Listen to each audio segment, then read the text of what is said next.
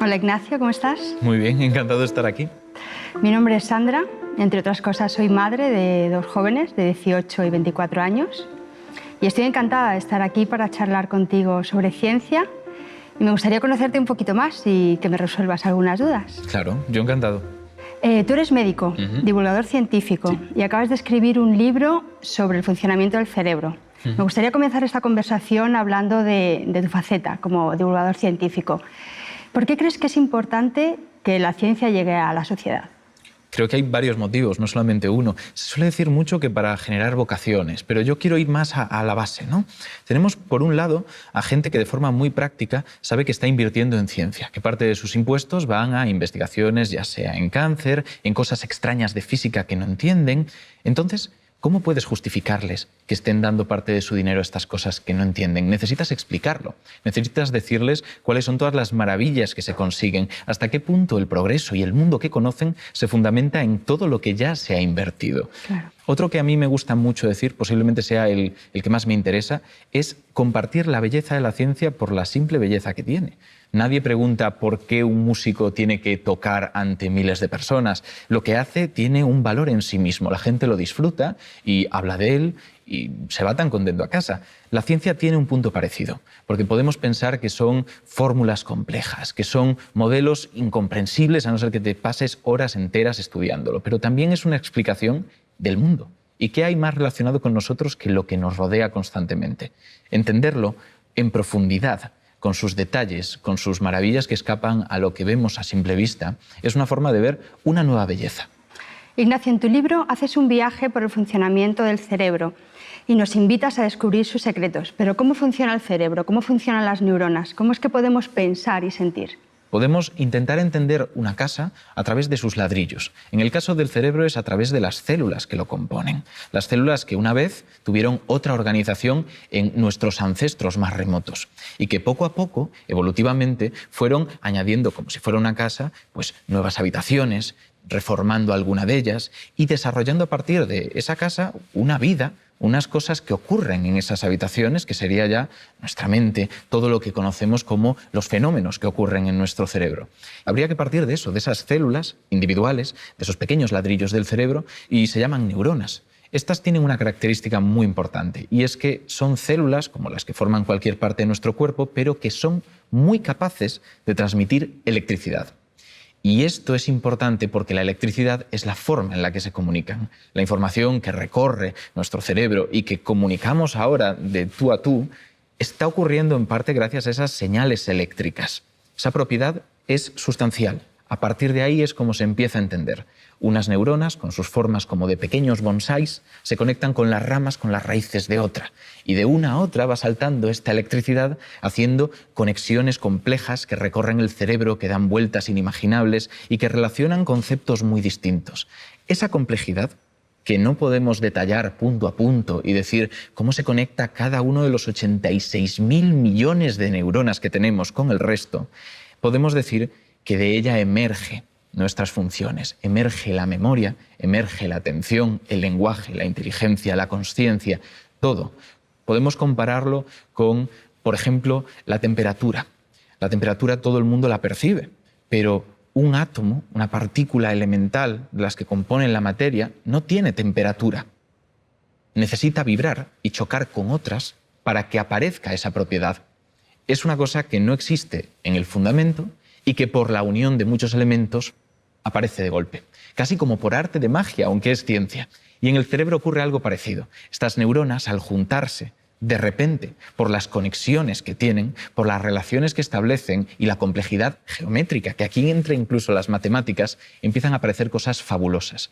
Podemos hablar de nuestra capacidad para escribir un libro, que es una barbaridad en el caso de grandísimos literatos de la historia, pero no empezó por eso. Esa emergencia, en el caso del lenguaje, empezó con cosas mucho más básicas, con el poder decir a los miembros de tu manada que hay un peligro, con un chillido concreto decirles qué tipo de peligro es, si viene por tierra, por aire, si es una serpiente que se arrastra, les permite anticiparse a ello y sobrevivir. Es una ventaja evolutiva. Y ahí es cuando empieza ya la carrera armamentística, Quien mejor se comunica, más posibilidades tiene de sobrevivir. Ya no te llega solo con el grito, empiezan a aparecer complejidades mayores, semánticas, sintaxis, cosas que damos en lengua y literatura, en la ESO y en bachiller, y que surgen de esa manera. Y de repente aquí estamos. Por esa carrera, un poco sin saber hacia dónde, surgen cosas que son espectaculares. Cosas que nosotros, a través de la cultura, que es ese último paso de nuestro cerebro, hemos decidido potenciar y hemos hecho tan nuestras, porque al final es lo que nos define. Todas estas funciones que muchas veces, a veces con cierto error, relacionamos solo con la especie humana. A veces utilizamos las palabras cerebro y mente como si fueran una misma cosa. ¿Es lo mismo realmente o es diferente? Aquí me pueden atacar de todos los lados, porque tenemos muchas corrientes. En neurociencia habrá quien niegue la existencia de la mente, quien se reduzca a esas neuronas y sus conexiones que estábamos diciendo y digan, esto es todo. El problema es que sí que existe una experiencia, al menos subjetiva, de algo a lo que llamamos mente, sea más o menos real. Así que ese nombre tiene que corresponder a algo, ¿no? Aunque sea inmaterial, aunque sea mi percepción. Y por eso otra rama de la neurociencia intenta integrarlo. Y lo que dice es lo siguiente. El cerebro es fundamental, ya lo estamos diciendo. Lo que somos está de alguna manera impreso en nuestro cerebro. Pero nuestro cerebro no es todo lo que somos. Esto es el punto fundamental para entender lo que viene a continuación. Nosotros somos una relación, no solo de neuronas, sino de esas neuronas con el mundo que nos rodea, con nuestro propio cuerpo. Por ejemplo, sobre nuestros riñones hay unas glándulas que producen determinadas hormonas que liberan en nosotros una respuesta de miedo, de huida, que afecta directamente al cerebro. Un cerebro en un frasco totalmente aislado de cristal no tendría este impulso. Por lo tanto, podemos decir que somos mucho más que solo el cerebro. Somos nuestro cuerpo, es un cerebro encarnado, que se dice. Y aparte de esto, un cerebro en un mundo, un cerebro que recibe estímulos, que tiene experiencias de cuando era joven y jugaba con sus juguetes en el pasillo y lo que le dijo su madre aquel día cuando quería coger un trozo de pastel y estaba todavía muy caliente y iba a ser indigesto. Son aprendizajes que vamos a integrar en nuestro cerebro, que forman parte de nosotros y que por su interacción son en cierto modo nuestra mente, en cierto modo. Y que esto es lo importante, van a dejar su huella en el cerebro, pero no son solamente el cerebro. Nos has hablado antes del funcionamiento del cerebro, pero querría saber cuál es el origen, cómo se ha formado el cerebro y qué es lo que nos hace tan especiales y distintos de otras especies. Esto es una de esas cosas que cuando se ha planteado en historia de la neurociencia, mucha gente ha decidido que no era una pregunta legítima. ¿Cómo podemos remontarnos al pasado sin tener pues un libro escrito por aquellas primeras células para saber qué ocurría con ellas? No tenemos registros muchas veces. Y es literal el hecho de que se prohibió hablar de, por ejemplo, el origen del lenguaje o el origen de la consciencia. Pero sí que hay formas en las que podemos entenderlo. Podemos hacer una cosa que se llama anatomía comparada. Y es no solamente estudiar nuestras estructuras que nos forman, sino compararlas con nuestros parientes, con otros animales, con otros organismos que sabemos que son más primitivos, entre comillas, para saber cómo éramos hace mucho tiempo, cuando teníamos un ancestro común con ellos.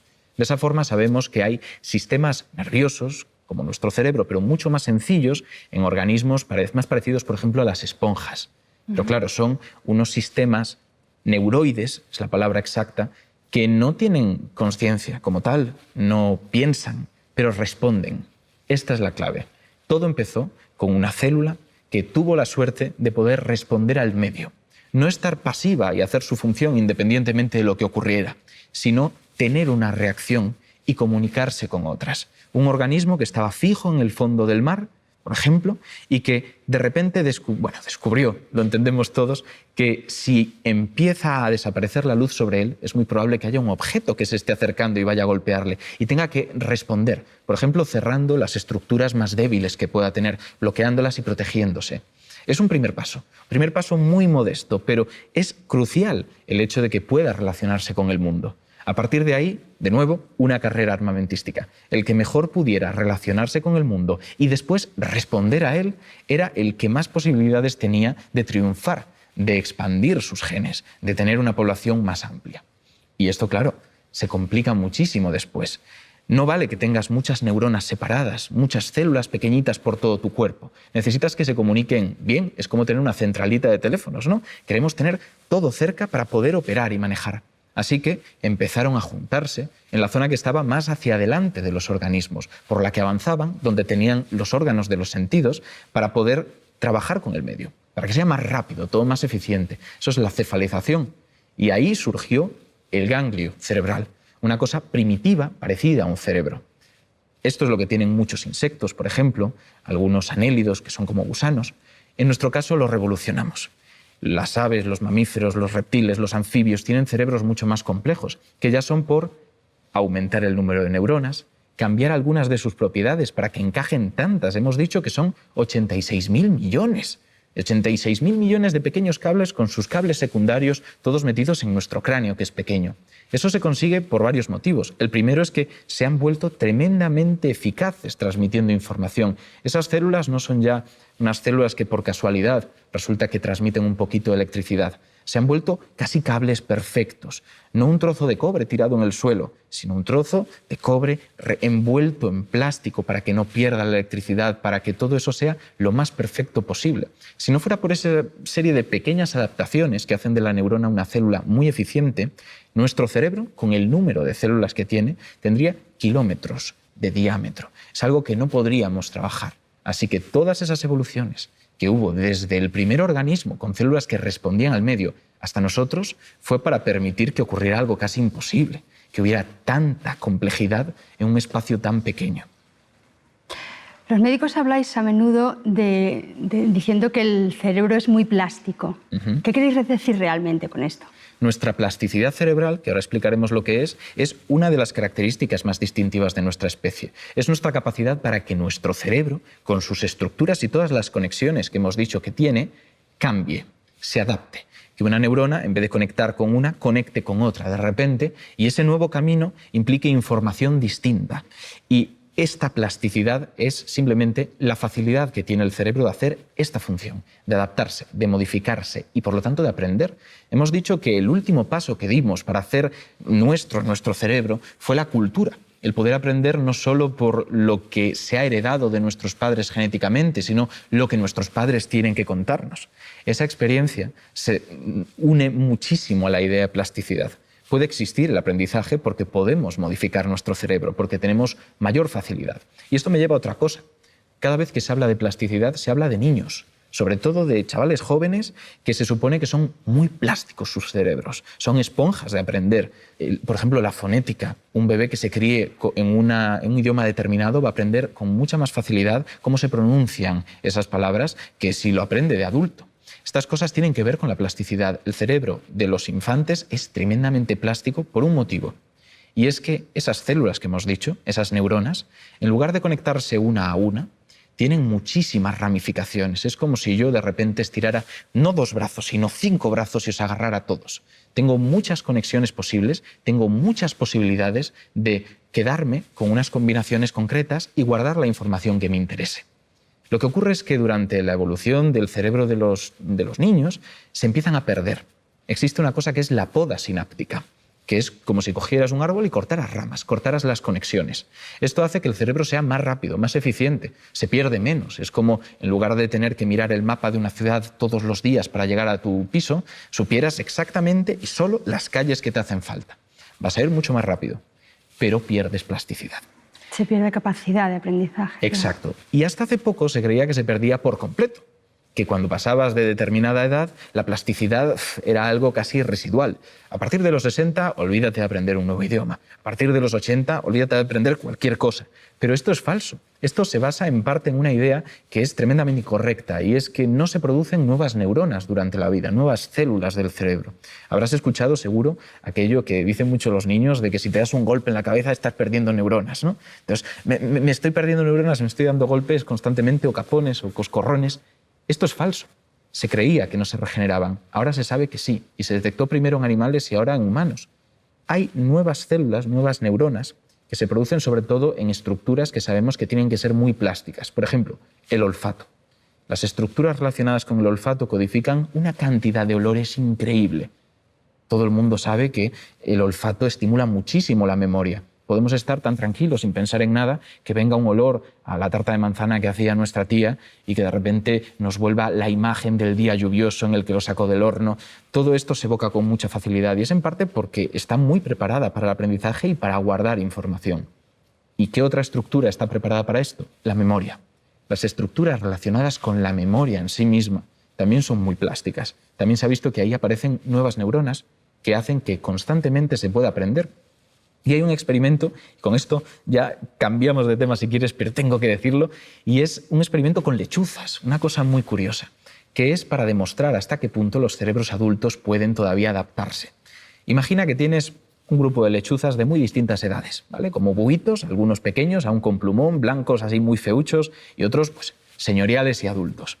Tú tienes que intentar que se adapten a unas gafas que le vas a poner que van a deformar la realidad, van a hacer que en vez de ver lo que tienen delante, vean lo que tienen a un lado, como si fueran triángulos que van deformando ese ángulo en el que llega la información.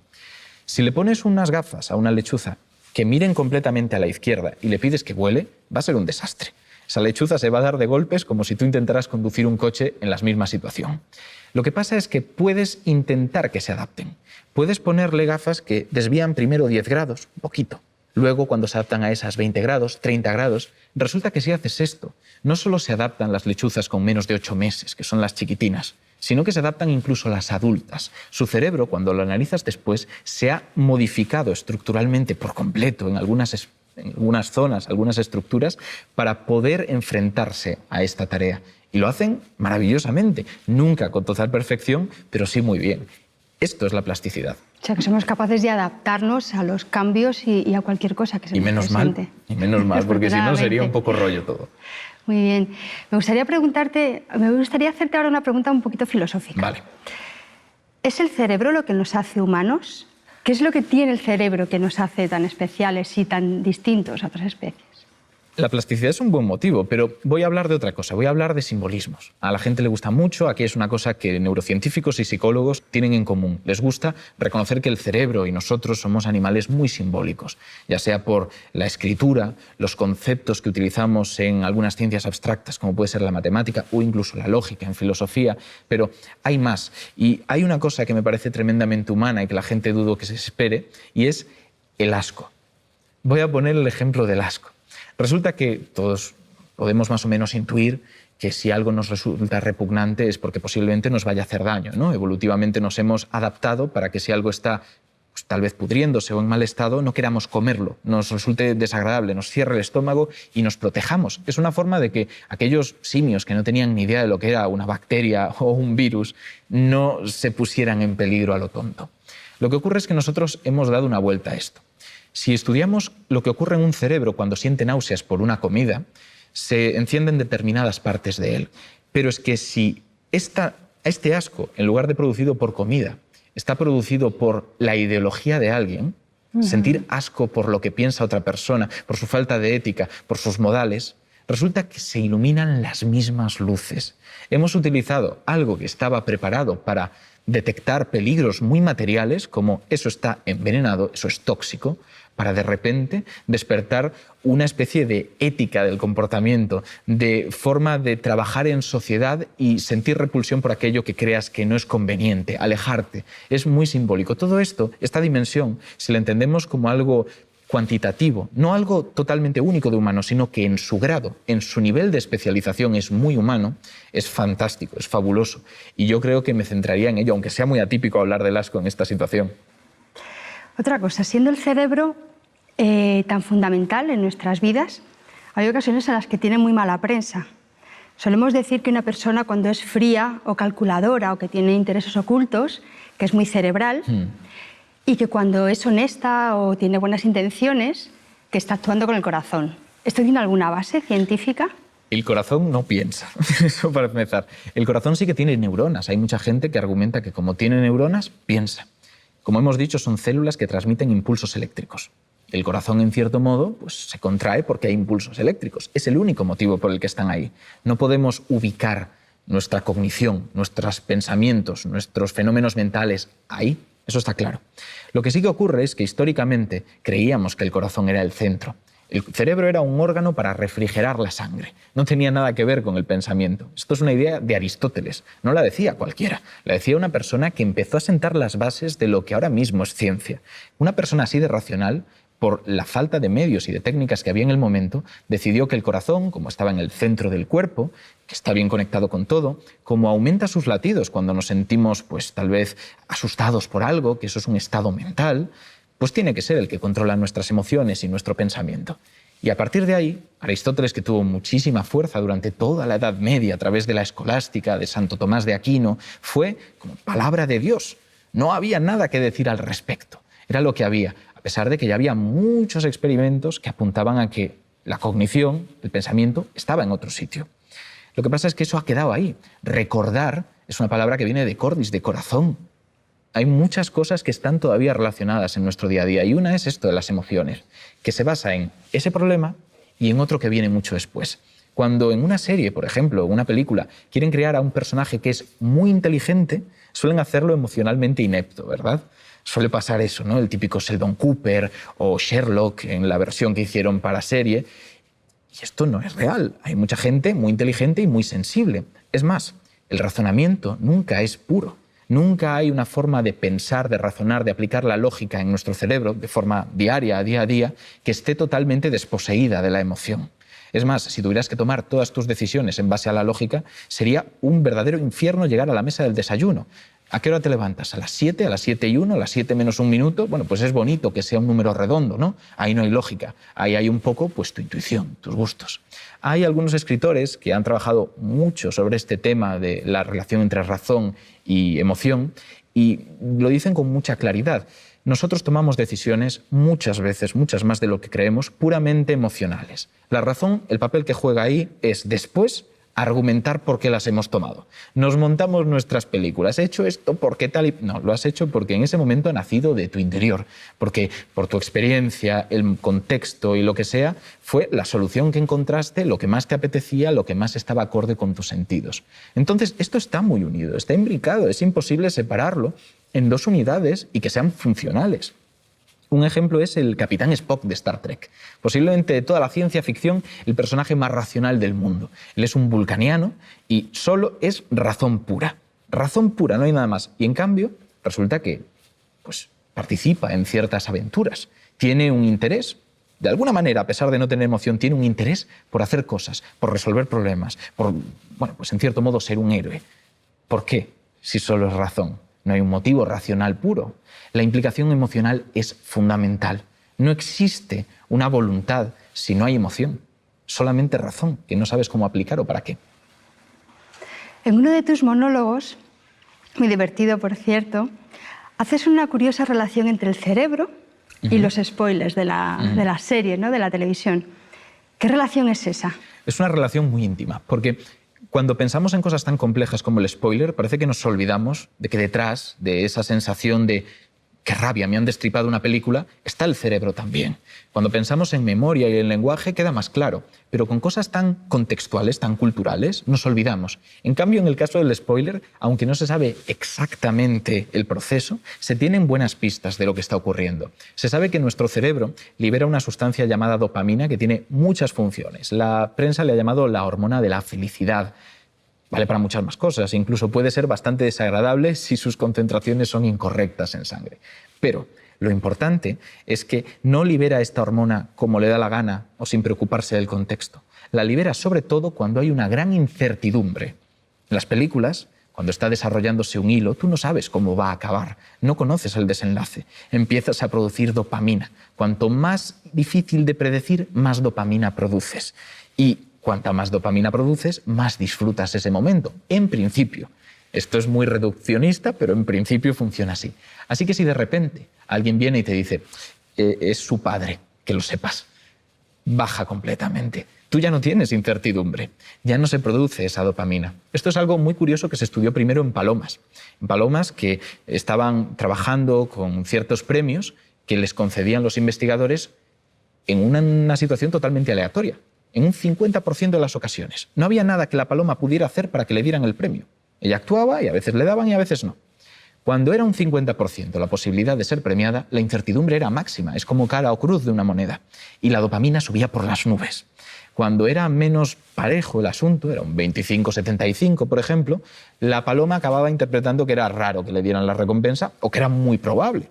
Y en ese caso no había tanta incertidumbre, la dopamina era menor.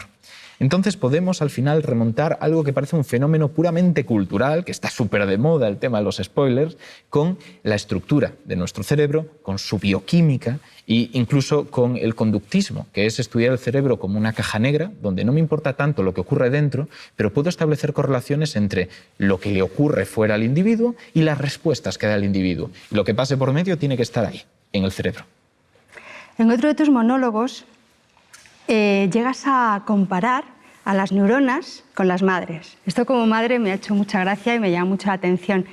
¿Qué relación, en qué nos parecemos las madres y las neuronas? Decías que tenían 18 y 24, ¿no? Sí. ¿Qué estudia el mayor? Sociología. Vale, estudia sociología, ya habrá hecho su vida en gran medida. Tú sabes que los primeros años de universidad las madres no suelen estar tan encima. ¿Y qué pasa en el primer curso? Que las notas bajan en picadas, por lo general al menos. Yo no conozco el caso. No es el caso porque vive fuera y es totalmente independiente. Pero vivir fuera es un tema del que iba a hablar. Cuando los adolescentes se van fuera, las madres ya no tienen el mismo poder, en cierto modo. No. Ves una distancia en la cual ya no tienes la capacidad de decir, recoge tu habitación. Sí. A saber si la han recogido, no le vas a pedir fotos todos los días. La distancia está relacionada, en cierto modo, con el poder que tiene. Pues en las neuronas pasa algo parecido. Una neurona activa a otra, ¿no? Hacen grandes caminos que se unen como si fueran cables, es lo que estábamos comentando. Pero no siempre la activa. Tiene que tener fuerza, por decirlo así, para decirle, muévete, empiezas a activarte. Lo que ocurre es que no solo depende de las características de la neurona que haya antes que se active la siguiente, depende de dónde esté, de dónde la toque. Hay zonas que, por estar más cerca de puntos concretos, tienen más poder.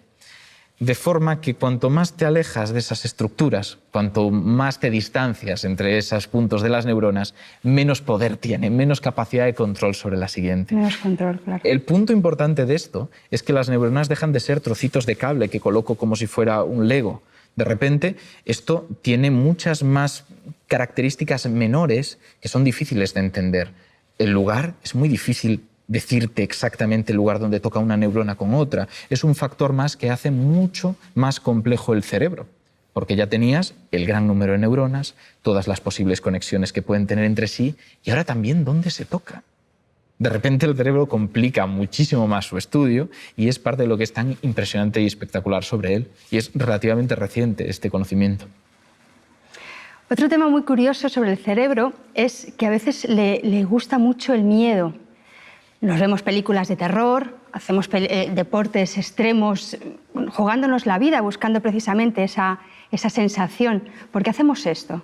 Es difícil de responder. Hay mucha gente que justo intenta argumentar en contra de los planteamientos de la evolución diciendo que hacemos cosas muy racionales, ¿no? Muy temerarias, que ponen en riesgo nuestra vida, nuestra posibilidad de transmitir nuestra información genética a nuestros hijos. ¿Por qué lo ponemos en riesgo? Porque no somos máquinas perfectas, ¿no? Antes decíamos que la dopamina es la hormona del placer, pero también es la hormona de muchas otras cosas. Resulta que en este caso, la adrenalina, que está relacionada con la dopamina en cierto modo, produce una sensación de miedo, de tensión, de lo que se llama lucha o huida. Un fenómeno por el cual ante un peligro tú decides si quieres enfrentarte o escapar. Y ya está. Y lo haces instintivamente, en el momento, por supervivencia. Lo que ocurre es que nosotros hemos conseguido vivir en un mundo bastante protegido, por lo general, donde muchos de estos peligros ya no existen. Los peligros suele ser ver una carta de Hacienda en el buzón, que es muy distinto a encontrarte un cocodrilo, ¿no? Al descontextualizarlo tanto, hemos intentado incluso hacerlo agradable. Se tensan mis músculos, estoy más preparado para la carrera, soy mucho más consciente de mi entorno, o al menos esa es la sensación que da. Esto, en cierto modo, es agradable. Es una experiencia muy intensa, como los quesos fuertes que nos gustan por acostumbrarnos. De esta forma, si tú te acostumbras a que eso no hay ningún peligro detrás, porque lo estás viendo en una peli o es una montaña rusa, es una situación totalmente controlada, consigues por condicionamiento olvidarte del verdadero peligro y quedarte con la sensación extrema, con el sabor fuerte del queso, que no es que esté podrido, es que está controlado en todo momento. Ocurre algo parecido. Y de todos modos, hay incluso algo más profundo, más estructural, que nos da una pista. Y el ejemplo es muy banal, pero es muy interesante. Hay en Internet muchísimos vídeos de gatos que están tan tranquilos por la estancia, se giran y ven un pepino detrás de ellos. Y al ver el pepino, instantáneamente dan un brinco. Se asustan muchísimo. Maullan, bufan, se ponen los pelos de punta, la cola también hacia arriba. ¿Qué es lo que está ocurriendo?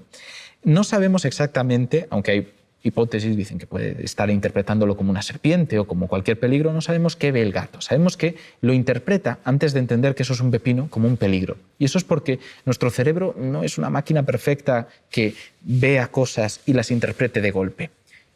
Divide la información. Como tardamos mucho en crear imágenes completas de lo que tenemos alrededor, parte de la información va a estructuras que hacen, digamos que un boceto rápido. Haciendo así un par de bosquejos, dice, bueno, esto puede ser peligroso o no, es verde y alargado, igual es un gusano venenoso, una serpiente, algo que es preocupante. Y en ese momento, por intentar ganar unos milisegundos de supervivencia, activan la lucha-huida. Lo que pasa es que parte de la información se ha ido a otras estructuras, aquí en la nuca, que van a interpretarla mucho mejor, ya definida, ya como un cuadro detallado, bien trabajado, y le van a mandar la información a esta estructura relacionada con el miedo, a las amígdalas, y les dirán, oye, que esto es un pepino, que esto no tiene un peligro realmente. Y en ese momento se apaga la señal de lucha-huida, y dicen, bueno, pues están tranquilos. En este caso, el poder racionalizar constantemente que estamos en un contexto que es protegido, nos permite bloquear mucho más rápido estas señales, en principio. De nuevo, todo esto está un poco cogido con pinzas y siempre falta mucho por investigar en neurociencia. Me gustaría hablar ahora de vocación científica y educación. He leído que tu vocación se inició cuando eras pequeño, con los dinosaurios, y me gustaría que me dijeras qué podemos hacer los padres y los educadores para fomentar el interés por la ciencia en los niños. Es difícil que se fomente el interés en algo que el niño, pues, en principio no va a tomar como natural, ¿no? Tal vez sea un poco forzado. Conocemos muchos ejemplos de esos padres que apuntan a sus hijos a clases de música sin que les guste la música y acaban cogiéndole manía, pues, el violonchelo, el clarinete, y no lo vuelven a tocar en su vida. Eso claramente es un poco perjudicial, ¿no? Tal vez forzarlos demasiado. Es difícil saber dónde está el punto entre una cosa y otra. Pero aún así hay que tenerlo en cuenta. Lo que ocurre es que la ciencia tiene formas muy orgánicas de presentarse. Ya hemos dicho que uno puede ver la realidad desde una perspectiva científica. Y hay un motivo absolutamente claro para recomendar que los niños tengan un pensamiento científico que al menos lo entiendan, y es alejarse de los dogmatismos. Yo empecé con algo que no tenía nada que ver con esto, como comentabas con los dinosaurios. Me interesaban, y los elefantes, y muchos animales, y era un niño realmente raro que quería aprender. Entonces, una vez ya me sabía lo que había en el libro de dinosaurios que tenía, una enciclopedia que recuerdo perfectamente, digo, ¿y qué puedo saber ahora de esto? Cuando te atrapa de verdad, que eso es la clave, vas a pedir tú la información. Y esto que empieza con dinosaurios acaba madurando. Sigue con dinosaurios, que son algo perfectamente maduro, pero con otra profundidad. Y llegamos a ese punto que decía de los dogmas. La ciencia, como hemos dicho, que intenta evitar cosas que no se basan necesariamente en la razón, va a ayudarte a protegerte de ellas, de la falta de pensamiento crítico, de la falta de racionalidad. Y evitar el pensamiento dogmático es clave por una cosa. Un dogma, por definición, es algo que es incontestable. Tú no vas a poder crear en torno a ello. Tú lo asumes y es algo con lo que vives. Heidegger, que no quiero defenderle yo aquí para nada, tenía un concepto que es muy interesante, bueno, tenía más, pero este es el que quiero decir, y es el concepto de estado de interpretado. Gente que asume todo lo que le viene, vive en la modernidad, tomando todo sin pensamiento crítico y sin reflexión. Se vuelve una esponja, un reflejo de lo que hay a su alrededor y por lo tanto vive la vida de otro. Esto es una de las mayores condenas que podemos tener. Perdemos nuestra individualidad, perdemos nuestra personalidad. Y la ciencia es una de las llaves para intentar esquivar los dogmatismos, para detectarlos, para dudar de ellos, para saber que nada es incontestable y que por lo tanto puedes vivir tu vida de verdad, no la de otras personas que muchas veces ni siquiera conoces. ¿Qué opinas tú de las tendencias que hay hoy en día a los negacionismos, a creer en bulos, este tipo de cosas? Hay mucha gente que lo que plantea es que ¿cómo es posible que vivamos en un mundo tan informatizado, con tantos datos rodeándonos, tanta posibilidad de contrastar hechos y que aún así aceptemos barbaridades. Vamos a decir barbaridades, no digo que sean bárbaros quienes los aceptan, pero claramente son afirmaciones muy locas en algunos aspectos. El motivo es que, como hemos dicho, no siempre pensamos de forma racional. Es muy difícil desmontar algo que creemos por pura emoción con datos, porque no está fundamentado en datos. No vas a hacer ver que tu lógica está fallando, no estás aplicando la lógica. Estás aplicando que quieres dudar porque tienes miedo sobre los transgénicos, sobre que de repente la farmaindustria esté intentando conspirar para no sacar un tratamiento del cáncer, que las petroleras no saquen una gasolina basada en agua. Todas estas ideas están basadas en cosas muchísimo más básicas, más emocionales. Y uno de esos sentimientos, que es tremendamente poderoso, es el de pertenecer a un grupo distinto y superior. Aquí lo que están afirmando es: yo conozco una verdad que tú no. Yeah. Yo conozco una verdad que está oculta a la gran parte de la población. Es más, ahora mismo se está poniendo de moda un libro que recomiendan en todas las librerías y que por supuesto no diremos cuál es, que a pesar de que hay tal vez 20 o 50 ejemplares en algunas librerías, te pone el libro que no quieren que leas. Claramente quieren que leas ese libro, está en todos los sitios, se vende muy bien, es de los más vendidos. Pero esa frase, que puedes desmontar en el momento en el que ves 30 ejemplares en una fila, está haciendo muchísimo efecto. Porque hay una verdad oculta que puedo aprender y que tú no vas a saber. Es interesante, es el mismo efecto por el que un partido de fútbol, si no perteneces a ninguno de los dos equipos, pierde gracia, ¿no? Tienes que estar implicado emocionalmente. Así que desmontarlo se vuelve muy difícil. Dicen algunos que los divulgadores tenemos poco que hacer, por lo tanto. ¿Qué vamos a hacer dando datos? No vamos a conseguir desmontar que una madre tenga miedo de vacunar a sus hijos porque puedan tener algún problema a raíz de ello.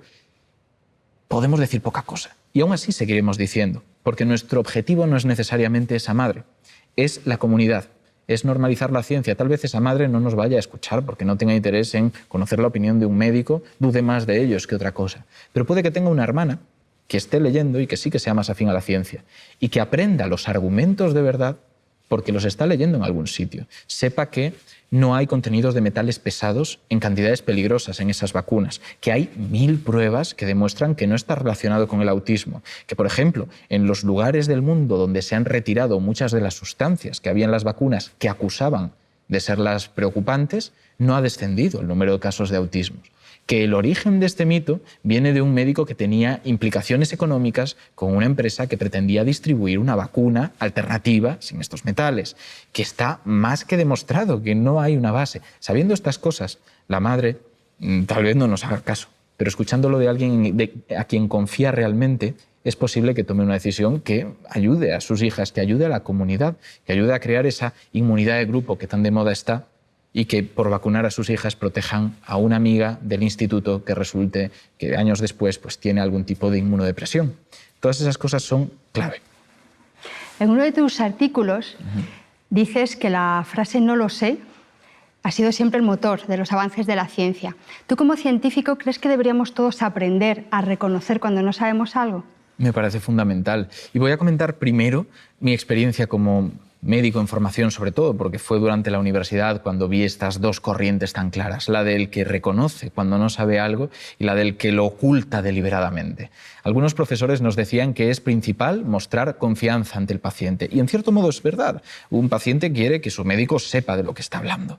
El problema es confundir eso con afirmar cosas que no sabes, y algunos médicos, algunos profesores míos no nos ponían ese límite, no decían: reconoce cuando no sepas algo, muéstrate confiado, pero cuando no sepas, sé humilde. No digo que sea una actitud mayoritaria en la medicina, ni muchísimo menos, pero sí que hay gente que ante la gran complejidad de enfrentarse día a día a pacientes, a problemas complejísimos del cuerpo humano, que a veces pues sabes y otras no, intentan dar el mejor trato posible y a veces parece ser que es este. Otro lado es el de los profesionales sanitarios que reconocen en todo momento que no saben algo. Siempre recordaré a un profesor de alergología que tuve, que parece una asignatura casi como menor, ¿no? Alergología, una especialidad que no es ni cardio ni digestivo, casi controlas 4 cosas y lo controlas todo, ¿no? Que reconocía en todo momento cuando no sabía algo y nos lo decía en clase y nos dijo que era posiblemente lo más importante que podíamos extraer, reconocer que no sabemos. Y ya dejando lo experiencial y yendo a hasta qué punto es influyente para la ciencia, vamos a pensar en algo muy claro. Y ya que me sacaste antes lo de la filosofía, vamos a enlazar, porque ciencia y filosofía van muchas veces de la mano. El nacimiento de la ciencia y la filosofía empieza, en cierto modo, cuando reconocemos que las explicaciones no son siempre las que nos apetecen. No vale cualquier cosa para explicar por qué llueve o por qué brilla el sol. No se basa en mitos, ¿no? Necesitamos algo. Estemos más o menos equivocados, lleguemos a conclusiones más o menos acertadas, intentamos utilizar la razón y no solo la apetencia o las historias. Es el paso del mito al logos, a la razón. Es algo que ocurre ya en la Grecia clásica y a partir de ahí empieza la filosofía propiamente dicha. Con Sócrates, este intento de entender la naturaleza con la razón pasa a intentar entender al ser humano con la razón. Y a partir de ahí, Platón lo intenta llevar un poco de nuevo al mundo real, Aristóteles lo trae del todo y funda unas bases que mucho tiempo después, en el Renacimiento, empezarán a tomar matices científicos. En cualquiera de estos puntos, la clave ha sido que han reconocido que no lo saben. No inventan cualquier cosa con tal de tener una respuesta. Les importa más llegar a una conclusión correcta que tener una conclusión. Y por lo tanto pueden quedarse esperando, contentos o al menos sin sufrir demasiado por esa falta de respuestas y esperar a tener argumentos. Eso es un punto clave. Y no solo da nacimiento a la ciencia, es lo que permite que avance. Ahora sabemos que los avances científicos son muy complejos. La forma en la que una teoría se cambia por otra, se rechaza lo que antes se aceptaba y se afirman cosas nuevas, cosas más finas, más precisas, es un proceso que depende en gran medida de factores sociológicos, de que una comunidad de gente que lleva mucho tiempo trabajando con unas premisas acepte que tal vez no son las correctas. Y este es lo importante, porque si entendemos que la ciencia, cuando dice que está bastante segura de algo, realmente está del todo segura y tiene la respuesta absoluta ante muchas cosas, es cuando nos cerramos a la innovación. Lo cual no quiere decir que aceptemos cualquier cosa, de nuevo. No podemos caer en relativismos como el de Feyerabend, que intentaba plantear que no existe el progreso científico, que todos son opiniones más o menos formadas, pero opiniones. No, lo hemos puesto bajo contraste. Hemos hecho cosas maravillosas con la ciencia que demuestran que algo estamos entendiendo ahí como mínimo. Enviar una sonda más allá de los confines de nuestro sistema solar, haciendo peripecias alrededor de distintos planetas de nuestro vecindario, eso es algo que implica cálculos muy complejos, entender las leyes del movimiento planetario, cosas que no son opinión. Pero en todo momento son susceptibles de ser mejoradas, de ser afinadas. Así que en principio el no lo sé es clave, es central. Y en nuestro día a día también. Uno puede vivir con una forma de ver el mundo científica, aunque no haga ciencia. Simplemente es el hecho de no hacer las cosas a lo loco o por pura emoción. Intentar razonar, buscar evidencias. Es un poco el dejar en stand-by tus juicios hasta que tengas una evidencia para afirmarlos. Esto es clave. Es uno de los puntos que para mí son importantísimos para vivir. El reconocer cuando no sabemos cosas y también aceptar cuando sabemos más o menos algo, por supuesto. Pero hay otros dos. El segundo es para mí la autonomía. El primer paso es decir que no conoces, pero tienes que intentar tener interés por conocer. Si te quedas, no lo sé. No lo sé y me da igual y aquí me quedo y no voy a investigar más. Creces poco como persona. Claro. Necesitas tener la voluntad y la autonomía de saber por dónde empezar a investigar, ¿no? De decir, pues mira, voy a cogerme unos libros sobre esto, voy a ir a esta charla a esta persona, voy a hacer estas preguntas que creo que son relevantes y clarifican lo que yo entiendo. Y después de la autonomía está el pensamiento crítico, porque tú puedes haber buscado y con buena voluntad haber encontrado X libro o cierto artículo. Pero no todo el mundo tiene razón, ¿no? Hay mucha gente que opina sin evidencia, que parece que está hablando desde la ciencia, pero en realidad habla desde prejuicios, que está condicionada ya sea por temas económicos o por temas ideológicos, y que no te va a contar las cosas tal y como son. Se negó durante mucho tiempo que el ser humano viniera del mono, y se planteaba que había evidencias científicas al respecto, que no había, que estaban forzadas, que intentaban encontrar diferencias entre nosotros que no estaban ahí. Entonces, para entender esta diferencia, para saber discernir entre lo que se presenta como ciencia y lo que realmente lo es, necesitamos pensamiento crítico. Necesitamos esa capacidad para decir, vale, ¿cuáles son los datos? ¿Qué es lo que tengo aquí? ¿Hasta qué punto puedo aceptarlo? Y el pensamiento crítico puedes formarlo de dos formas muy claras. La primera es trabajando un poco por práctica, por someterte a nuevos conocimientos, ver cómo resulta el que te creas cierta cosa y cierta otra, y más o menos aprendiendo así, casi por práctica y error. Pero también puedes hacerlo de forma teórica. Los científicos normalmente estamos muy de espaldas a la filosofía de la ciencia. Es una disciplina que aúna ambos campos diciendo la ciencia no puede estudiarse a sí misma, al menos como tal. Necesitamos algo que nos permita decir cómo cambiamos unos paradigmas por otros en investigación, por qué afirmamos que algo funciona o algo no, por qué fijamos que tiene que ocurrir con una probabilidad de tanto para tomarlo como una verdad. Todas estas cosas vienen en cierto modo desde ese análisis de la filosofía y es un análisis que estudiándolo, que hay muchos libros muy divulgativos que pueden aproximarte, empiezas a encontrar las bases teóricas del pensamiento crítico en sí mismo, del final de ese viaje que te permite partir del no sé al sé algo más. Y para finalizar, me gustaría preguntarte como científico joven que eres, ¿cuáles crees tú que son los retos a los que se enfrenta la ciencia hoy en día y de cara al futuro? Sobrevivir. Ahora mismo los científicos lo tienen complicado. Yo estoy a caballo entre ese mundo de investigación, un poco a tiempo parcial, y lo que realmente hago mi mayor parte del tiempo, que es divulgar. Pero desde cualquiera de las dos perspectivas es más que evidente que la ciencia está pasando por un bache importante, en el cual la valoración de la misma es paupérrima. Hemos pasado y estamos ahora mismo en una crisis sanitaria que está íntimamente relacionada con no haber invertido como debíamos en la investigación. Había recortes que afectaban directamente a investigar cepas de coronavirus que ya conocíamos, que afectan produciendo en nosotros enfermedades menores y que porque no era un virus importante no decidimos investigar. Nunca sabemos cómo va a devenir la ciencia. Nunca sabemos qué ciencia básica que ahora mismo no tiene aplicación dentro de unos años la tendrá. Por ejemplo, en matemáticas había y hay una rama que es teoría de números que intenta interpretar la relación que hay entre, por ejemplo, los números primos. Cómo se dispersan los números primos por el total de números que existen, ¿no? Cómo podemos predecir cuándo viene el siguiente, las propiedades que tienen. Todas estas cosas parecen abstractas y puedes preguntarte ¿para qué me vale? De repente la topología en matemáticas, que no tenía unas aplicaciones claras, está ayudándonos a entender cómo funcionan los superconductores, que son materiales que pierden muy poca electricidad al conducirla y que por lo tanto ayudarán con propiedades fantásticas a crear nuevos sistemas tecnológicos que mejoren la vida en la que estamos. Todo esto es impredecible. La ciencia, en cambio, tiene que confiar que quienes invierten en ella sepan estas cosas, claro, que tengan la capacidad de dar un voto de confianza para invertir lo suficiente como para que estas ramas no mueran antes de dar sus frutos. Y para que valoren otra cosa que dijimos al principio, la ciencia es bella en sí misma. Hay ayudas a la cultura, por el simple hecho de ser cultura. La ciencia para los griegos era clave independientemente de su aplicación. Se enorgullecían del conocimiento no aplicado, el conocimiento que era bueno en sí mismo, que no necesitaba nada más para justificarse. Hacer entender algo tan abstracto es muy difícil. Ahora, por suerte, gracias a la divulgación, parece ser que más o menos la sociedad está intentando y acercándose a esa percepción de la misma.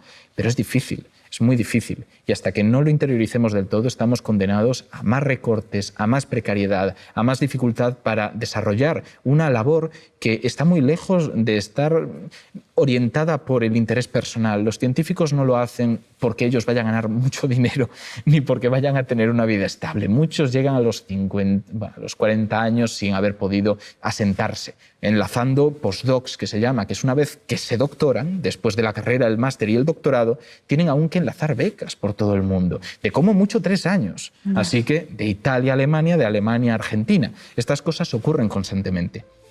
Si el científico se somete a eso y sabe lo que le espera antes de meterse a ello, es porque le apasiona y porque, ya sea porque se encomienda a esa belleza o porque quiere aplicarlo a la sociedad, está donando en cierto modo su tiempo a otros. No puede ser que los tengamos tan infravalorados. Ha sido un placer charlar contigo. Estoy encantada, he aprendido un montón y muchas gracias. Muchas gracias a vosotros, estoy encantado. Ha sido un honor. Sí.